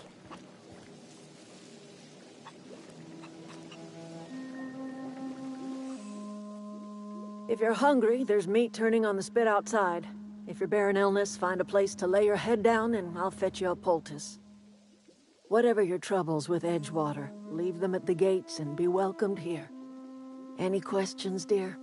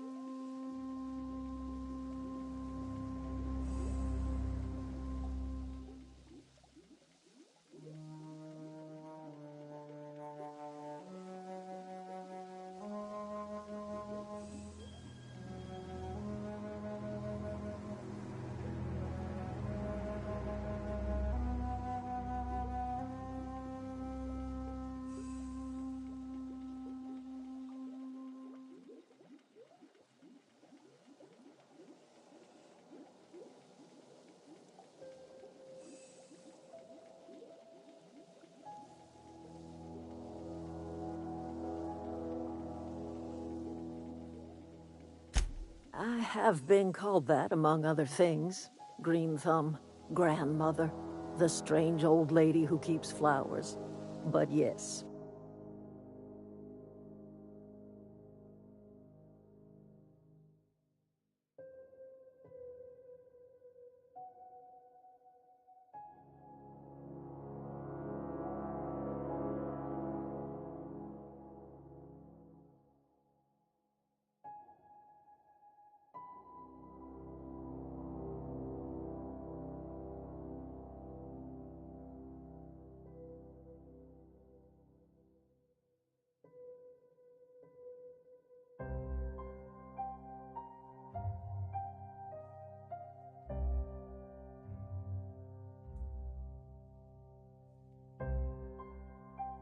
Adelaide will do just fine. Excuse me, Miss McDevitt? Sorry, it's just... You got such pretty trees in here. Why, thank you. You're Robert's girl, aren't you? I remember when you were but a sprout. Thomas speaks of you often. Are you staying long? You should try some of my tobaccorn tea. I brew it in an old spittoon, but it's been cleaned.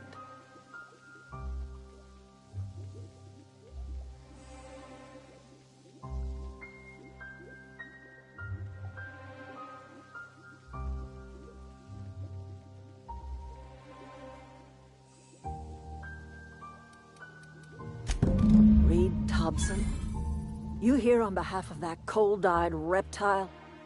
Let's hear it. What's Reed's idea of peace, then?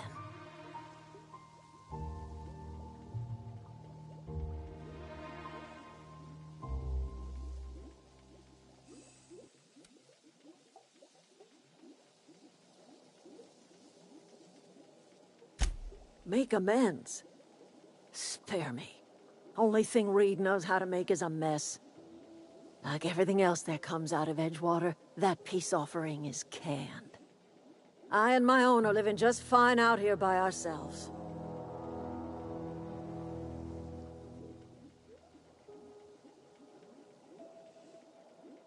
He would do such a thing. The question is, why would you agree to his plans?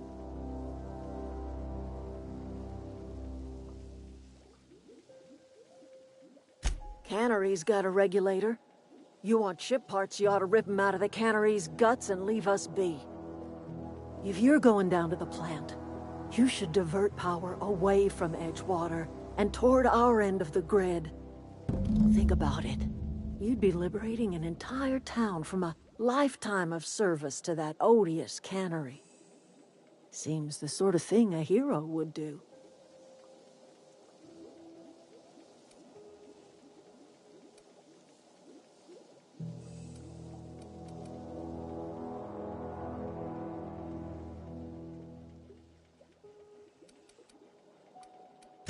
A hero to the people who matter. To us. To the ones who come around. To the ones you save. Reed will never understand. He has been too long inebriated on the wine of corporate culture. All he sees is productivity, output, profits.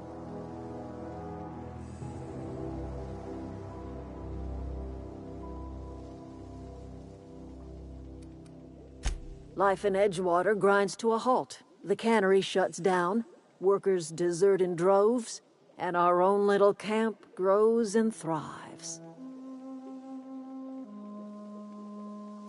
I trust you will listen to your conscience.